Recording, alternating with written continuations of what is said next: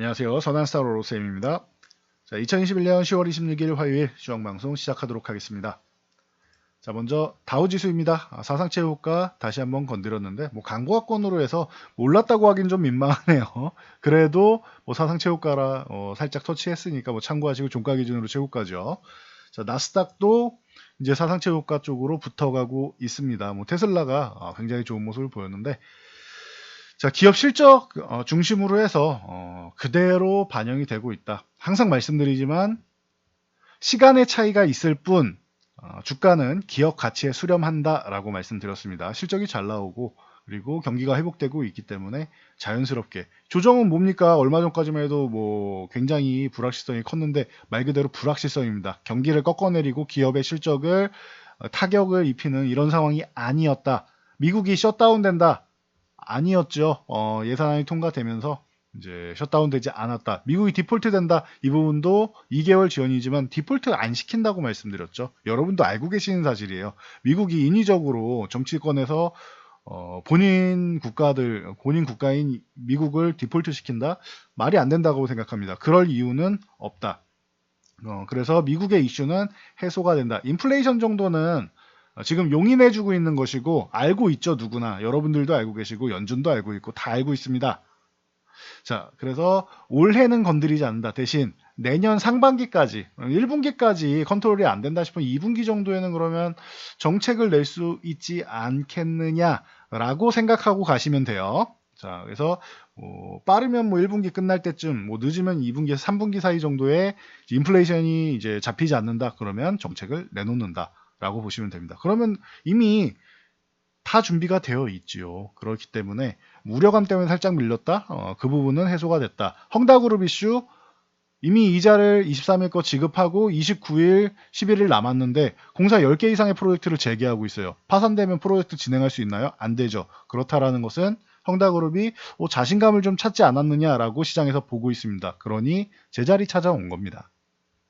그래서 불확실성이 해소됐다. 악재로 작용하지 않았다라는 것 확인하시면 됩니다. 그리고 11월에 쇼핑 시즌 기대감.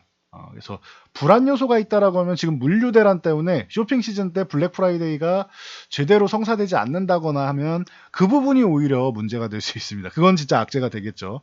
소비 시즌인데 소비를 못하게 된다라고 하면 문제가 되는데 그런 상황만 아니다라고 하면 큰 문제거리는 없는 상황입니다. 자, 그래서 우리나라 증시도 코스피는 이제 수급 때문에 밀려 있는 거고 수급 때문에 못 올라가는 거다라고 계속 말씀드렸습니다. 수급이 약하기 때문에 그런 것이고 코스피 시장은 굉장히 약하다 현재도. 그래서 3050 정도 꾸역꾸역 올라와 줬습니다.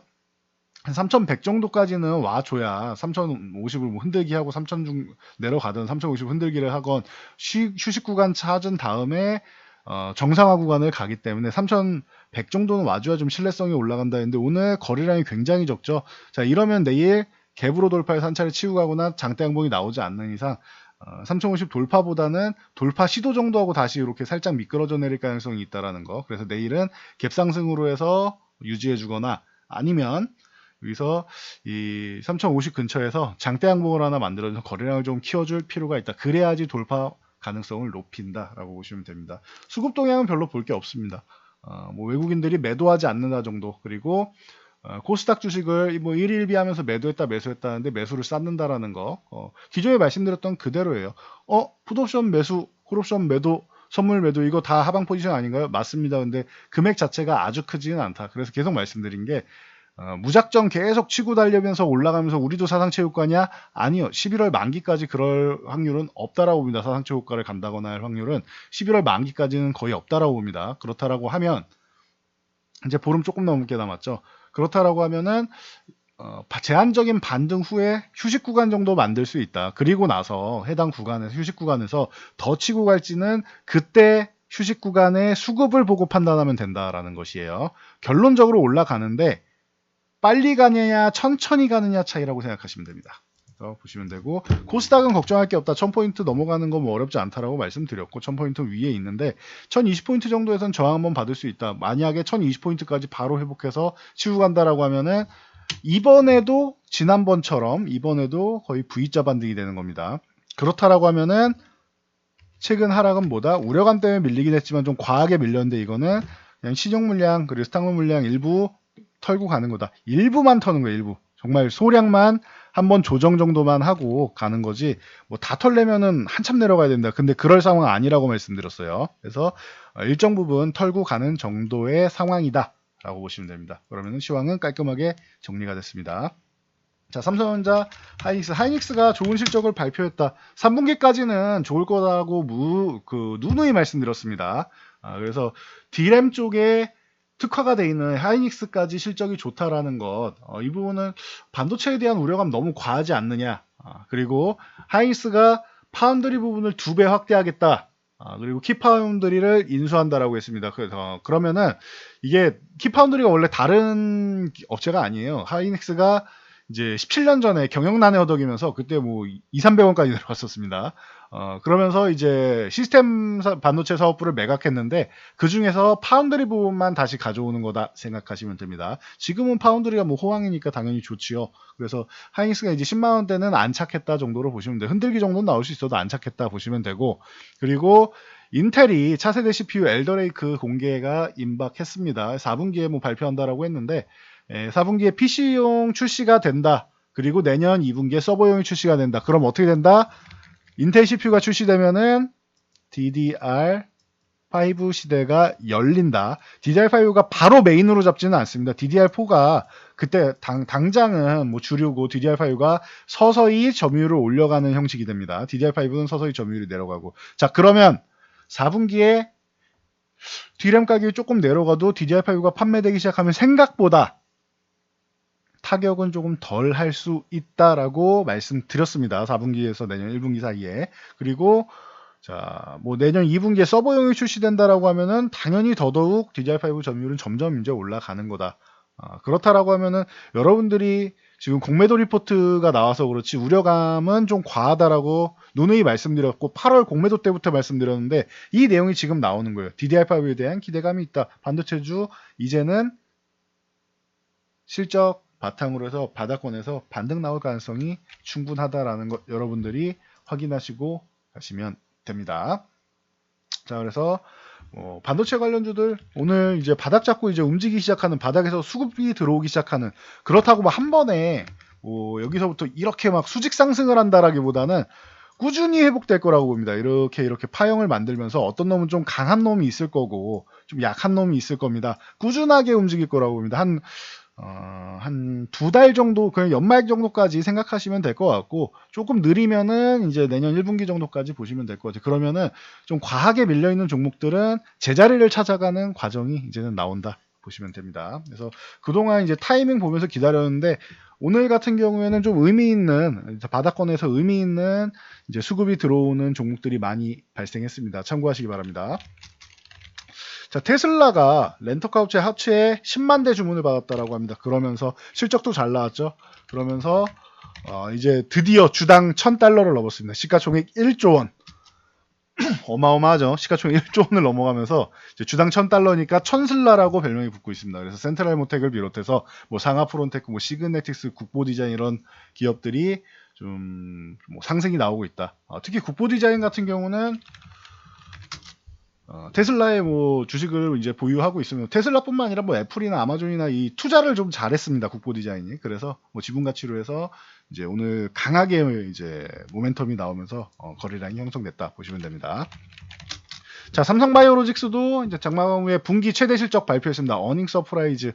자, 그리고 모더나도 이제 243만 5천 회분 공급할 예정이다라고 합니다. 그러면은 이제 삼성바이오로직스는 그동안 휴식을 취했고 이제는 다시 제자리를 찾아갈 그런 상황을 만들고 있다. 그리고 21선임 기울기가 아직은 아래로 우가향하고 있는데 이 부분이 다음 주 정도면 이제 꼬리를 말아 올릴 거라고 생각합니다. 그러면은 조금 더 탄력이 붙을 수 있다라는 거 보시면 됩니다. 그래서 삼성바이오로직스랑 뭐 서린바이오라던가 아니면은 태경케미칼 같은 이 콜드체인 관련주들이 조금 움직였다라는 거, 바닥권에서 슬금슬금 움직이고 있다라는 거 참고하시면 됩니다. 자, 셀트리온도 마찬가지입니다. 수급 폭탄에 좀 이제 피해를 많이 입었죠. 공매도 때문에 밀려 있는데, 자, 레키로나가 이제 유럽 치료제에 허가받을 가능성이 있다. 계속 말씀드렸는데 10월에서 세 가지 종류의 이제 치료제 허가 가능성이 있다. 유럽에서 이미 EMA에서 발표한 겁니다. 연말까지 2개 추가를 할 수 있다 했는데 셀트리온이 그 3개 후보에 들어갔다. 그래서 뭐 이변이 없다라고 하면은 뭐 EMA에서 이미 신청하라고 한 거니까 이변이 없다라고 하면은 가능성 충분하지 않겠느냐. 그래서 이 치료제를 투입해서 이제 부작용이 나거나 하는 위험성보다 투여해서 나을 확률이 높다라고 하면은 그게 좋다라고 하면은 허가를 해준다라고 하니 여러분 기다려 보시면 될 것 같습니다. 자, 넷마블과 카카오 손잡았습니다. 넷마블 FNC 그리고 카카오 엔터테인먼트가 메타버스 동맹을 맺으면서 K-팝 아이돌 그룹을 선보인다고 합니다. 이 아이돌 그룹은 메타버스 세계관이기 때문에 가상 아이돌이 되겠죠. 그래서 카카오랑 이제 넷마블이 좀 손잡았다 보시면 되고, 최근에 게임 업체 그리고 이제 멘토 업체 쪽에서 이 메타버스 그리고 결제 쪽으로 진출하는 경우가 굉장히 많습니다. 자, 컴투스 같은 경우도 이제 지금 오늘 좋은 모습을 보이면서 이제 13만 이제 5천원 구간 쪽으로 붙어가고 있는데 13만 5천원 구간이 이제 저항 구간입니다. 이 구간으로 붙어가고 있는데 자, 넘어가면은 이제 16만원을 노릴 수 있는 것이고 이 구간이 못 넘어간다라면 저항 구간이 될 겁니다. 13만 5천원이 다음 목표치인데, 자, 컴투스는 위즈익 스튜디오를 인수를 했죠. 그러면서 이제 위직 스튜디오와 함께 메타버스 쪽으로 전환한다라는 거, 가속화하겠다라는 거 보였고, 펄어비스는 이미 출시했습니다. 도깨비를 공개를 했죠. 그러면서 이제 고공 엔진 보이고 있다라는 거, 추세가 굉장히 좋습니다. 펄어비스 고점도 돌파해 있고, 넥슨 같은 경우도 메타버스 플랫폼 공모전을 하고 있고, 위메이드는 이제 위메이드 맥스랑 자회사 위메이드 트리 계속 말씀을 드렸는데, 블록체인 자회사 위메이드 트리를 흡수합병하겠다라고 하면서 오늘 고공행진. 자, 이제 슬슬 위메이드는 조금 쉴 때가 다가오는 것 같습니다. 이제 이격이 좀 많이 벌어지기 시작해서, 기존에도 이격이 좀 벌어지면 휴식, 이격이 벌어지면 휴식을 계속 취했었죠. 이제 휴식 구간이 다가오고 있습니다. 참고하시고요. 자, 자이언트 스텝은 아센디오와 메타버스 공동 콘텐츠를 또 제작한다라고 합니다. 그러면서 상승을 보이고 있다. 계속 말씀드렸는데 위직 스튜디오, 자이언트 스텝, 덱스터 이런 VFX 쪽은 꾸준히 보셔야 된다라는 거 참고하시기 바랍니다. 메타버스 쪽이 죽지 않는다. 그리고 다시 살아날 때 됐다라고 말씀드리고 추세를 예쁘게 잘 만들고 있는데, 제가 이 부분은 여러분들이 간과하시면 안 될 것 같아요. 제가 항상 말씀드리는 게, 처음에는 이제 테마로 시작한다라고 말씀드렸는데 메타버스는 이제 시작 아닙니까? 라고 하실 수 있는데, 기존에 VR, AR이 있었죠. 과거에 이런 게 공개되고 나서 먼저 이슈가 된 거는 2016년 정도예요. 그래서 2016년부터 이미 테마를 형성을 했고, 이미 5년이 지나서 이제 갈고 닦은 이제 실체가 나오는 겁니다. 이제는 메타버스가 산업화가 되고 있죠. 로블록스라던가 제페토라던가 수익을 올릴 수 있는 컨텐츠들이 나오고 있잖아요. 위버스 같은 경우도 메타버스 쪽으로 갈 수 있고, 계속 이런 식으로 이제 발전해 나가는 단계다라고 생각하시면 됩니다. 그래서 엔터, 콘텐츠, 그리고 메타버스, 게임, 결제 이쪽을 다 같이 엮어서 여러분들이 보셔야 된다. 다 각각 따로따로 보시면 안 된다. 계속 말씀드리고 있으니까 참고하시기 바랍니다. 자, 그런 측면에서 엔터 쪽은 하이브는 이제 BTS 모멘텀으로 33만원 넘어갈 가능성이 높다. 공연은 하면은 BTS가 제일 먼저 시작한다. 계속 말씀을 드렸고, BTS가 시작하면은 왜 해외 공연이니까요. 시작하면은 이제 국내 이제 엔터주들도 다 같이 움직인다 말씀을 드렸는데, 하이브가 다시 고점을 돌파해 나가고 있습니다. 4천억의 시비를 발행해서 두나무랑 이제 주식 수합을 통해서 조인트 벤처 설립한다라고 합니다. 그래서 BTS 굿즈에 NFT를 이제 접목한다라고 해요. 이 대체 불가능 토큰, 그러니까 이 가상 자산 쪽으로, 디지털 화폐 쪽으로 이제 사업을 확장한다라는 이 개념으로 보시면 됩니다. 아직 확정은 아니다라고 하는데 얘기는 이미 나와서 대화 중인 것 같습니다. 참고하시고, 여기에 디어유까지 상장을 앞두고 있습니다. 원래 디어유는 SM의 거의 손자회사 뻘 되는 기업입니다. 그런데 이제 이 상장한다라고 결정이 되니 이제 8만원 넘어서 이제 고점을 돌파해 가는데, SM은 엄청나네요. 지분 매각 이슈로 해서 이만큼 올라왔으면 쉴 법도 한데 같이 움직이고 있습니다. 다른 기업들하고. 그리고 JYP 같은 경우가 같이 지분을 인수해서 같이 23.3% 지분을 보유하고 있다. 그래서 디어유가 상장을 합니다. 그래서 뭐 JYP도 좀 휴식 구간인데도 불구하고 한 차례 모멘텀이 나서 더 올라왔다. 지금은 매수 구간이고 휴식 구간 기다려야 됩니다. 보유자의 영역입니다. 자, 카카오페이. 카카오 같은 경우는 뭐 다시 한번 설명드리면은 카카오페이가 이제 공모청약 성공을 했습니다. 5조 6,609억 원. 그래서 뭐 관련된 부분은 저희가 오늘도 이제 칼럼으로 올려드렸습니다. 그래서 들어가셔서 저희 커뮤니티 오면은 게시판 기능이 있죠. 자세히 보기 누르면은 여기에 클릭하시면은 넘어갈 수 있습니다. 그래서 참고하시고 영상으로도 주말에 이미 올려드렸죠. 동영상 부분 가면은 저희가 주말에 이미 올려드린 영상을 확인하실 수 있습니다.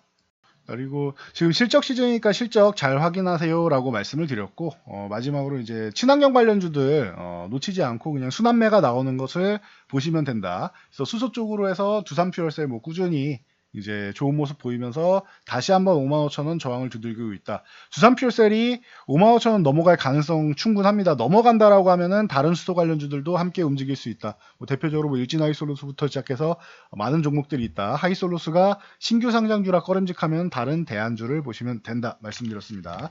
티플렉스 같은 경우는 이제 원전 밸브에 관련된 이슈가 나오면서 이제 4,500원까지 넘어갔습니다. 4,500원을 유지해 준다라고 하면은 이제 꾸준히 트레이딩이 가능한 4,500원 이탈한다라고 하면은 짧은 이슈로 해서 한 차례 정리해야 됩니다. 근데 뭐 쉽게 꺼질 이슈는 아닌 것 같아요. 수급이 제대로 들어왔습니다. 참고하시기 바랍니다. 그래서 다시 말씀드리지만 지금은 뭐 엔터 콘텐츠 쪽을 하나 잡고 가시고 위드 코로나 쪽 그리고 이제 친환경 쪽 이게 핵심이 되고 바닥권에서도 이제 그동안 저평가돼 있는 가치주들 그리고 성장주들도 올해 충분히 쉬었죠. 바닥권에서 움직이기 시작한다라는 거. 먹거리가 굉장히 많아졌습니다. 그래서 추가적이 돼 있고 그러니까 굳이 여러분들이 정치 테마주라던가 아니면 뭐 남북경협주라던가 이쪽으로 안 하셔도 된다. 이쪽은 순환매 나올 때 쉬는 구간에서 그냥 짧게만 치고 빠지는 형식, 순환매 정도만 노리는 개념으로 가시고 메인 쪽, 핵심 쪽으로 가세요. 핵심 섹터로 가시고 뭐 이런 이제 부가적인 이제 테마성 섹터들은 여러분들이 순환매 정도만 짧게 노리는 개념으로 들어가셔야지 메인으로 비중을 높게 들고 가시기에는 적절하지 않다라는 거. 지금은 시장이 좋아지고 있고 여러분들이 자신감을 가져야 되는 시기다라는 거 다시 한번 말씀드리고 저는 물러가도록 하겠습니다. 자, 영상이 도움되셨다면 좋아요와 댓글 하나씩 남겨주시고요. 영상 잘 참고해서 모두 안전투자하시기 바랍니다.